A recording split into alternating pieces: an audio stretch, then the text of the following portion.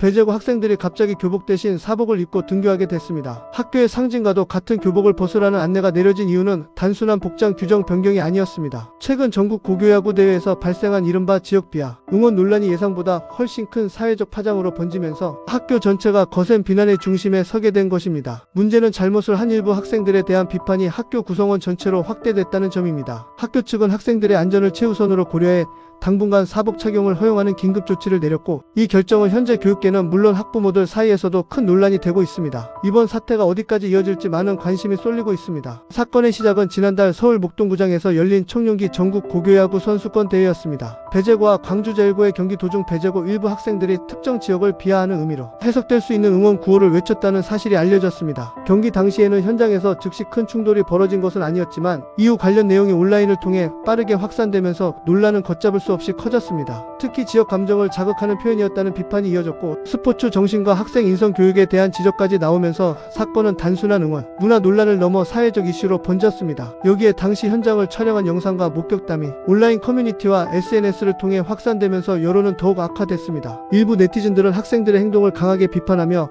학교 차원의 책임을 요구했고, 반대로 미성년자인 학생들에게 지나친 비난이 쏟아지고 있다는 우려도 적지 않았습니다. 실제로 논란이 커진 뒤 학교 정문 앞에는 야구부를 비판하는 근조화함과 학생들을 응원하는 화환이 동시에 놓이는 이례적인 상황까지 벌어졌습니다. 학교 앞은 며칠 동안 긴장감이 감돌았고, 학부모들과 시민들의 민원이 이어지면서 지자체가 화환 철거에 나서는 상황으로까지 이어졌습니다. 가장 안타까운 부분은 사건과 아무런 관련이 없는 일반 학생들까지 영향을 받게 됐다는 점입니다. 평소 교복을 입고 등하교하던 학생들은 자신들이 배제고 학생이라는 이유만으로 외부에서 조롱이나 비난을 받을 수 있다는 우려에 놓이게 됐습니다. 일부 학부모들은 아이들이 학교 후드티조차 입기 어려워졌다고 호소했고, 평소 학교에 대한 자부심이 컸던 학생들이 심리적으로 큰 상처를 받고 있다고 전했습니다. 결국 학교는 혹시 모를 안전사고와 2차 피해를 막기 위해 교복 대신 사복 착용을 허용하는 결정을 내렸습니다. 교복은 학교를 상징하는 복장이지만 지금은 오히려 학생들을 특정할 수 있는 표식이 될 수 있다는 판단이 작용한 것입니다. 교육청 역시 사안을 매우 심각하게 보고 있습니다. 조사 결과 논란이 된 구호를 선창한 학생 2명은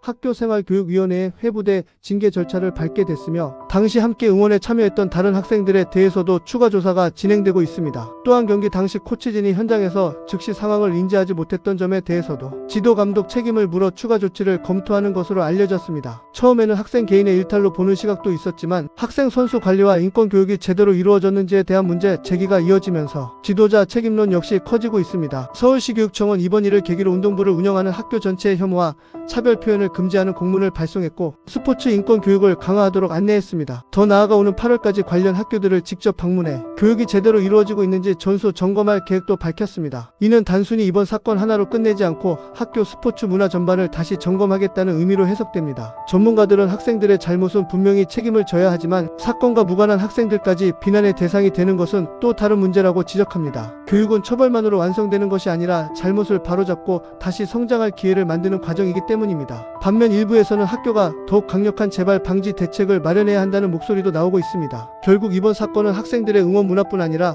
학교의 인성교육, 지도체계, 지역 감정을 바라보는 사회의 시선까지 함께 돌아보게 만드는 계기가 되고 있습니다. 앞으로 학교의 징계 결과와 교육청의 추가 조치가 어떤 방향으로 이어질지 관심이 집중되고 있으며, 이번 사례가 다른 학교 운동부 운영 방식에도 적지 않은 영향을 줄 가능성이 있습니다. 무엇보다 가장 중요한 것은 잘못에 대한 책임과 무관한 학생들의 안전과 보호가 함께 이루어지는 균형 잡힌 해결책일 것입니다. 논란은 아직 끝나지 않았고, 앞으로 발표될 후속 조치에 따라 여론도 다시 움직일 가능성이 큽니다. 이번 사건이 우리 사회에 어떤 교훈을 남기게 될지 계속 지켜볼 필요가 있습니다. 지금처럼 빠르게 변하는 사회 이슈와 주요 뉴스를 가장 쉽고 정확하게 받아보고 싶다면 구독과 좋아요를 눌러주시고, 앞으로 이어질 후속 소식과 분석도 함께 확인해 보시기 바랍니다.